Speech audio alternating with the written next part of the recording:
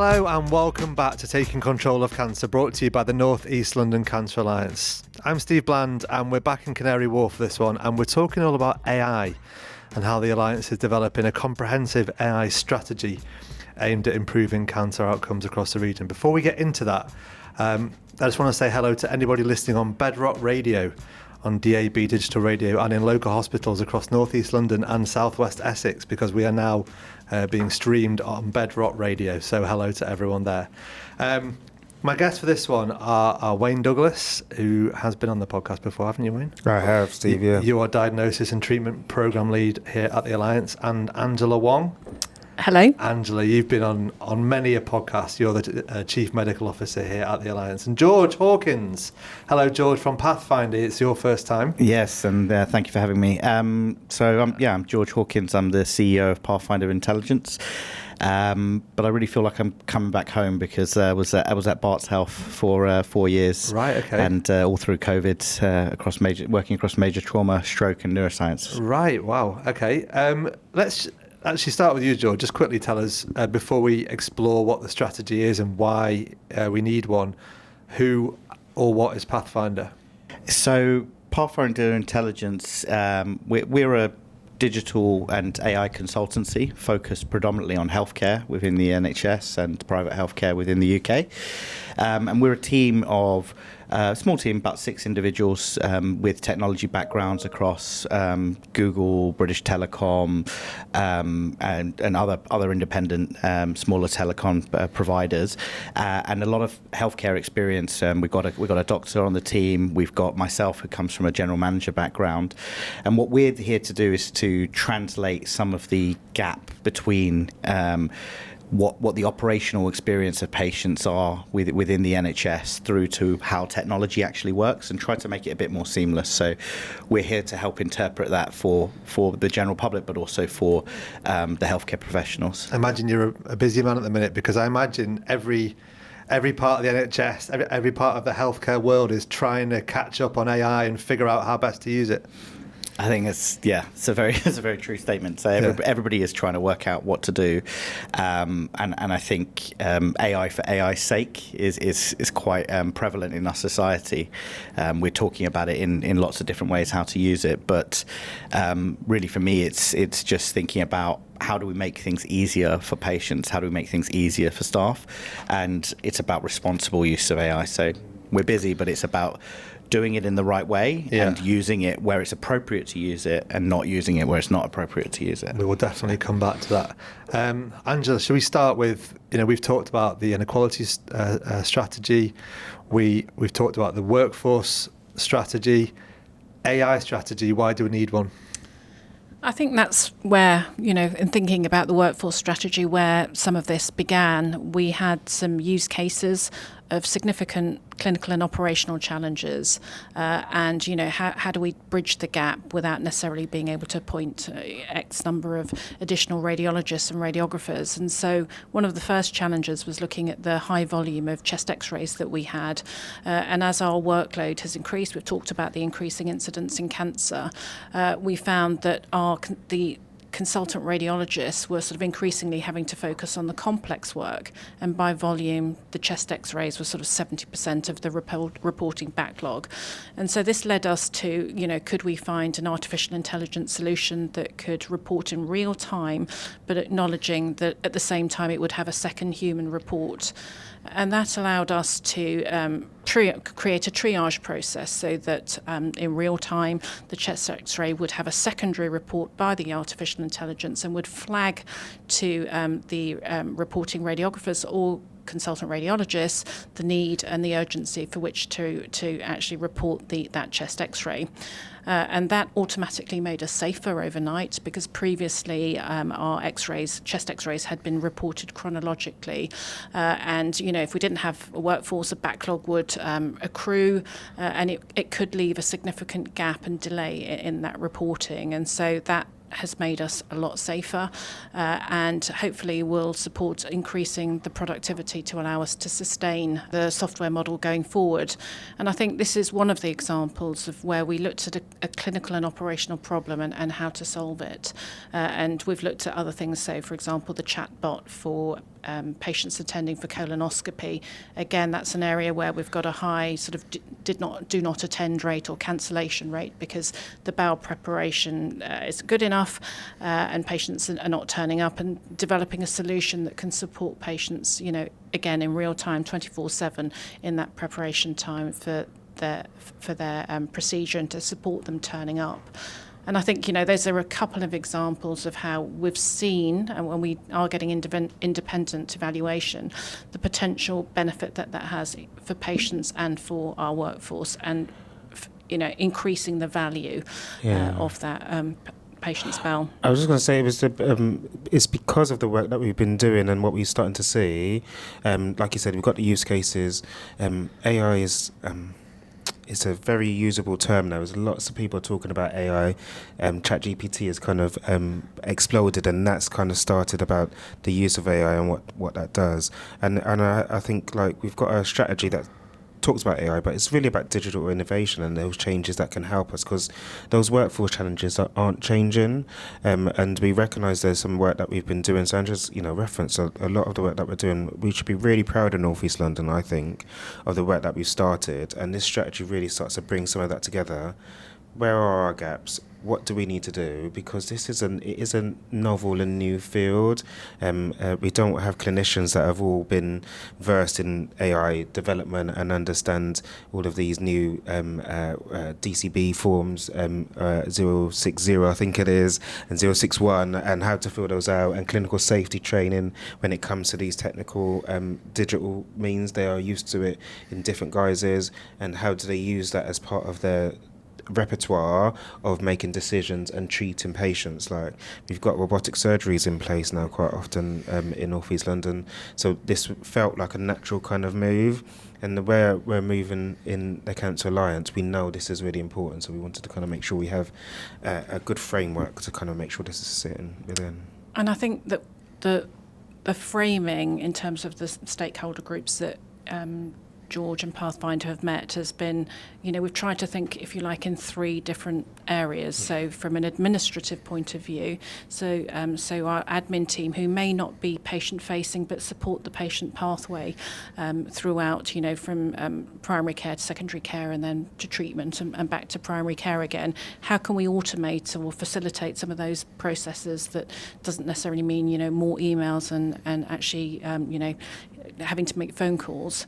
Then looking at a patient perspective, so that supporting through the patient journey. So an example of that being the chatbot that we're trying to develop, and what other areas do we need to do for that? And then, the third group, the clinical interaction with patients. How can we ensure that that's absolutely best practice? Absolutely. And how do we support MDTs? And I think that's led to the stakeholder groups. And that's exactly it. So from my perspective, and I think about my NHS career that spanned about 10 years, and I should mention I did manage cancer for a number of years across southwest London. For me, one of the things that strikes me most is something a medical director at Kingston Hospital said to me, must be about 10 years ago now. She said to me, we need to empower patients to take ownership of their care. And that's essentially what you've just said, Angela, exactly in that way, is that by giving them the chatbot, the support, they understand the information, you remove some of the anxiety. And that's where AI can be very, very helpful, distilling complex information more easily to understand. But on the same token, it provides some kind of anxieties to patients and the public as a whole, because it's, even me, I look at it and I've heard my own family members kind of talking about, I don't want a robot making a decision for me. And that's not the be-all and end-all of the AI integration and what that can do. There's so many different strands to it. That's so true. And that's the responsibility element, right? And so the first part, as I said, is empowering patients to take ownership but not to make decisions in isolation. And the second part for me is about enabling clinical and administrative workforce to feel that they can do their job more effectively and safely. And that's like, if we take your use case for radiology, what you're doing is providing a pre-read, providing reports which help to allow you to remove patients that have normal chest x-rays, but also to flag the ones that do have something that's concerning as well. And so all that does is add a layer of safety. Yeah. It's not making the decision in isolation. And I think that was the bit I mentioned right at the beginning about the responsible use of AI and using it where it's appropriate and where it's not. What we don't want is AI just going and taking unaccountable decisions across all aspects of a pathway. I think, and it still relies on a lot of human input, doesn't it? Yes. We did a podcast a while ago, Angela, I don't know if you remember, and one of the guests, I can't remember his name, but he said yes. He said that AI is neither artificial nor intelligent. Indeed. Yep. That was the point, that it relies so that much. Sounds like Bassab. Yeah, but it relies so much on, as we stand here today, relies so much on what we're actually putting into it and telling it. I think an important aspect as well is that we're not looking to spend loads of money, more money on it. There is that value creation from it, both from an experience point of view, but also an efficiency point of view.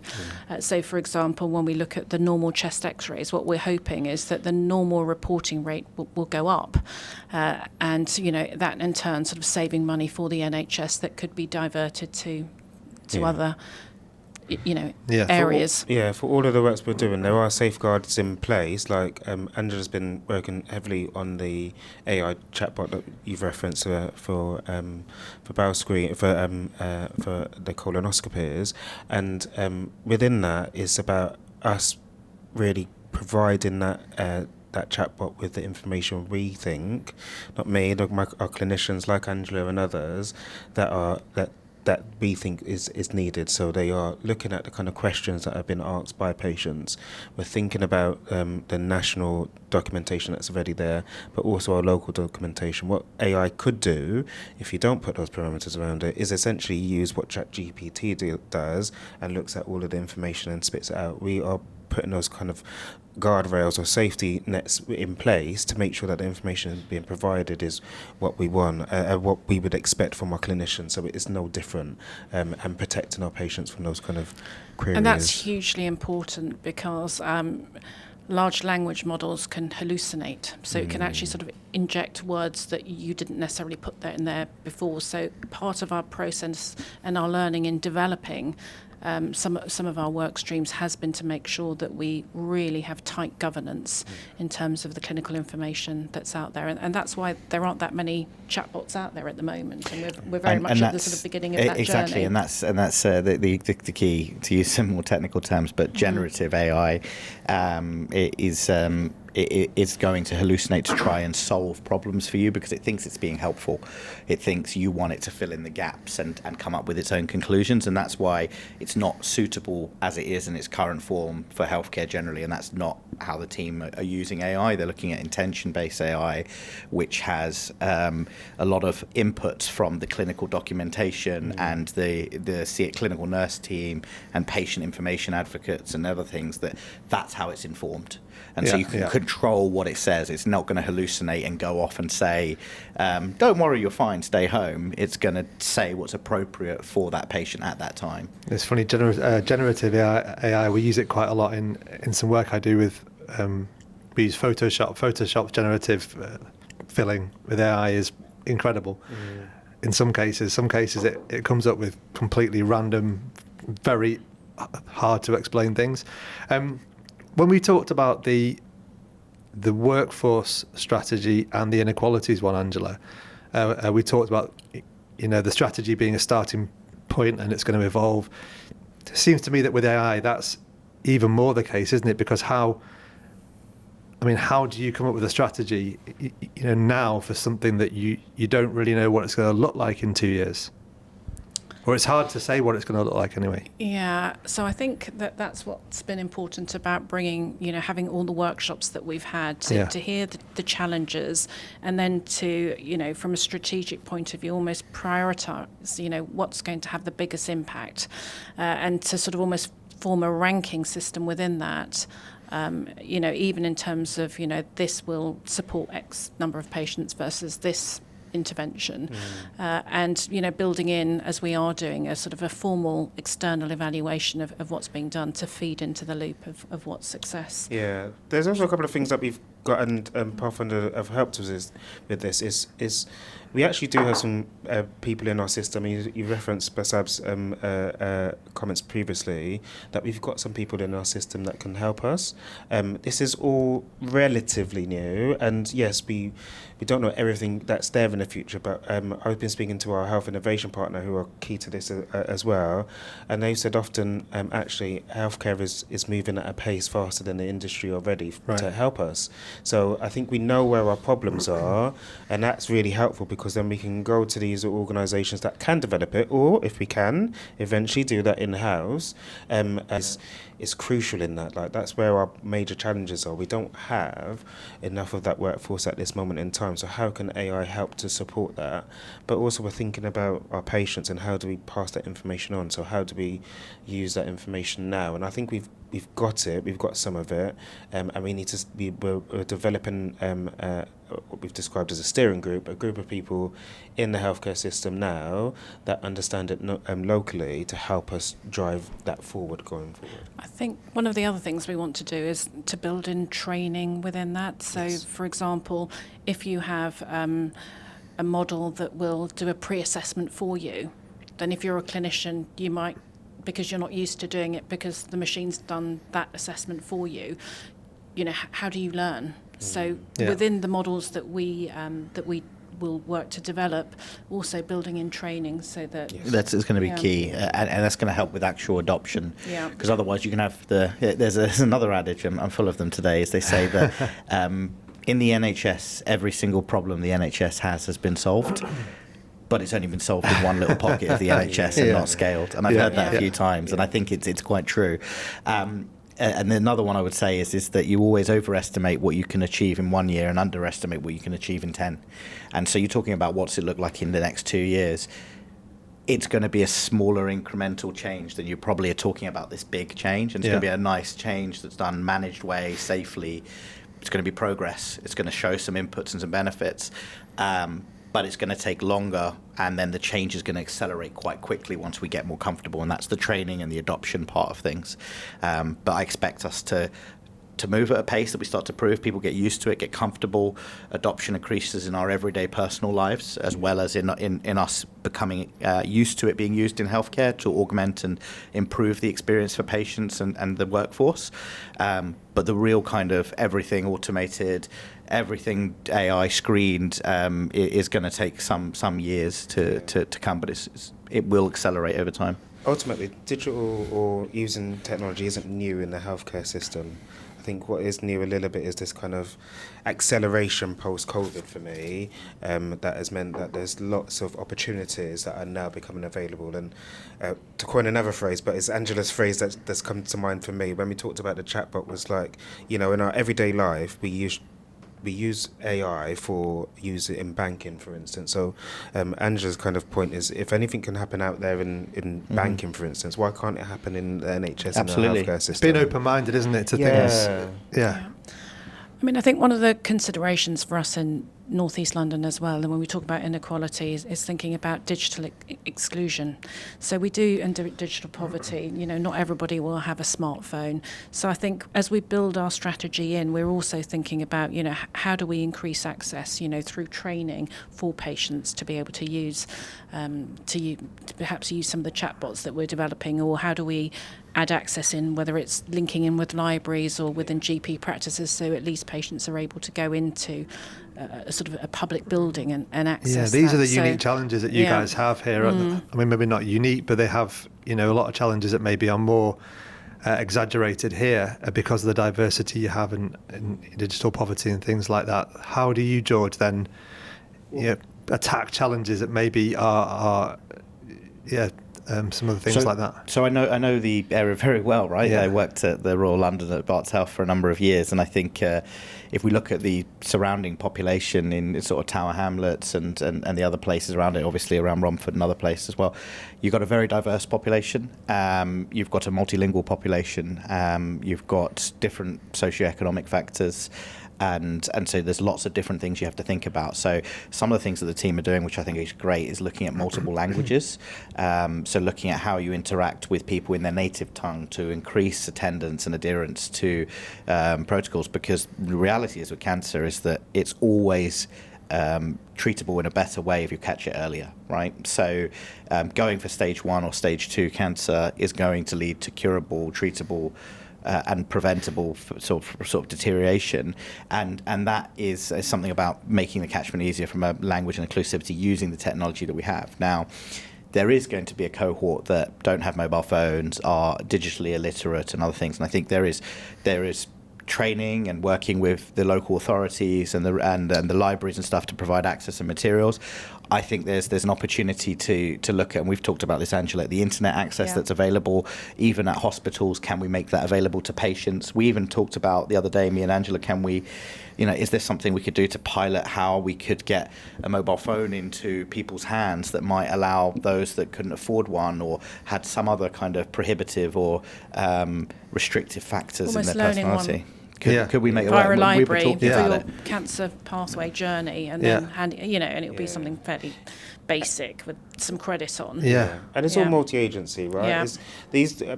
Some of these problems aren't new in terms of our inequalities that we have and how we tackle them. Like the AI is just another strand to it for me. I agree. We need to kind of work out how we provide them with the tools to interact with our system, and that might mean, like you talked about, having a mobile phone or some way of communicating, because the other part is, remember, we've got a national programme around the NHS app, and everything eventually is going to go through that for patients to see and interact and change their appointments, etc. So if we've got patients that are digitally excluded, they're not going to be able to interact as quickly as they'd like, and because that's instantaneous, right, versus picking up the phone call and waiting for somebody to respond, and often that's quite difficult and challenging to get. And time is our friend in this, right, because in the sense that the further along the leaflet, and so we sort of collected a whole number of questions that will be added to as we pilot the chatbot, and then actually did responses to all of those,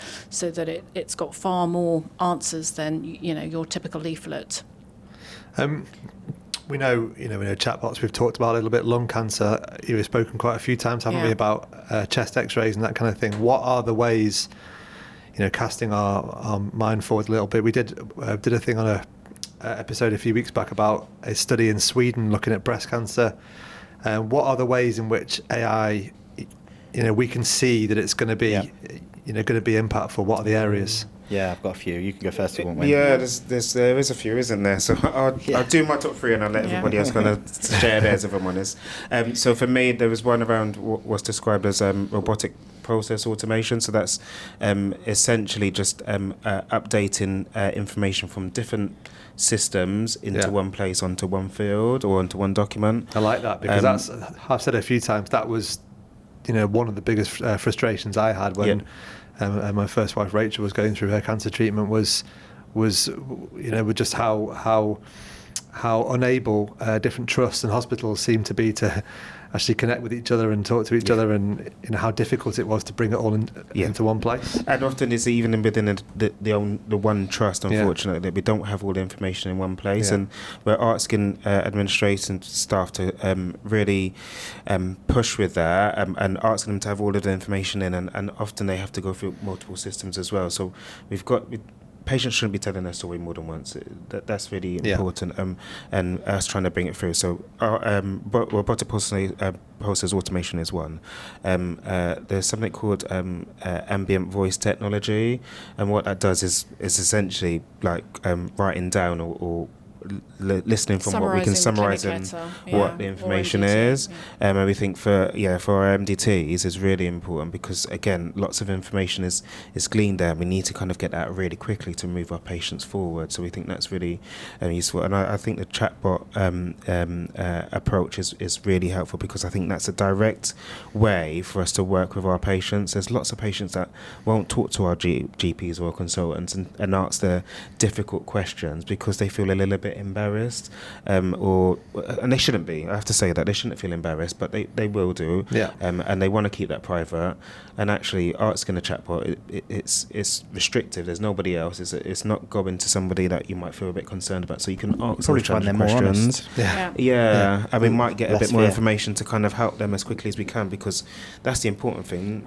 Angela and other clinicians need to know as much information as they can so they can make the right assessment for us as individuals. So yeah, those are my top 3 things that I think will help. And so I'm going to let you go next, because I think if Well, I can't fill in the gaps... I was actually going to leave you till last, George, because you're the expert here. You're the AI guy. I was going to say, if I can't fill in the gaps, then we've got some trouble. If 6 of your top, your top 6 have gone, then you've got 3 more. So in the 3 themes that I mentioned previously, administrative, patient, and then the sort of clinical interaction, I think, from a realistic perspective and a data perspective, I guess cancer imaging is going to be one of the big ones where we have a pre-read that helps us with our throughput and our reporting, and avoids us missing lesions as well. So I think, and looking into the areas where this is most developed internationally, and then looking at how we might replicate that or do something similar. So I think probably cancer imaging is one of the big things.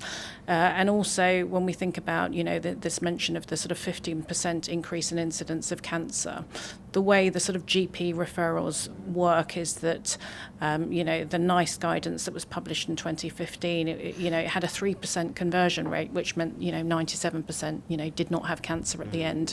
The actual conversion is about 6 to 7%. So we're having huge volumes coming through for additional diagnostics with that increase in incidence. So, supporting that part of the diagnostic pathway, particularly for imaging, I think is going to be really important. And the patient experience targeted and the chatbot targeted at where we have, high DNA rates, for example, again, should protect the capacity that we have. Over to you, George. Right, I've got to have 3, right? So let's say, top 3. Yeah. So I think I won't pick any of the ones that have been said, but I agree with all of them as being areas. One for me is predictive analytics. So one of the things that we have in the NHS is probably the best data set in the world healthcare-wise. We don't use it. It's not joined up. That's why you don't have that data that's different from one hospital to another. But we have this incredibly rich data set. And with that data set, what you're able to do is, if we were able to access it in the right way, is to work out when someone needs to be seen, when there is a risk to that patient developing, when there is a link between one ailment and another. And all of these things could improve outcomes. And what the aspiration of improving these outcomes is shifting the curve from stage 3 and 4 cancer to stage 1 and 2 cancer diagnosis. Because as I mentioned earlier, it's about earlier intervention saves lives. And so for me, using AI and the data to unlock faster interventions and more joined up interventions is a big opportunity, right? Another one, I was with a company earlier today who I think have got a really interesting solution that I don't think the NHS are doing a lot of, which is around medical drug management adherence. So they are looking at, they've got 250,000 NHS patients, and what they're looking at is where patients are on branded pharmaceutical drugs, they're able to work out if you were to shift to biosimilar drugs, which are drugs that are no longer under the brand but are exactly the same, really. They are able to do that at a much more affordable rate, and that can save a lot of money for the NHS that can be used. But what it also does is they can tell when patients are going to carry on staying on that medicine and drop off or not. And what that means is that if a patient was to suddenly stop an important cancer medication or blood pressure medication or other things, they can have a lot of adverse effects quite quickly. Being able to predict using AI which patients are at risk of that allows clinicians, allows chatbots, allows other things to intervene and proactively help patients to find out why they are likely to fall off.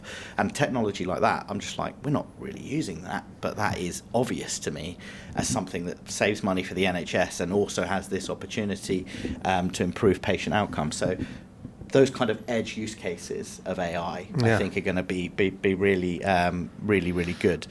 And then the third and final one, I think, rather than just getting one specific written information that provides the little nuances of the patient story, as Wayne kind of alluded to, because those little bits of information, when you go back to what I said about predictive analytics, those little bits of information are going to be the things that shift our cancer diagnosis towards that 3% out of 100 as opposed to 6 to 7, and our stage 3, 4 to stage 1, 2.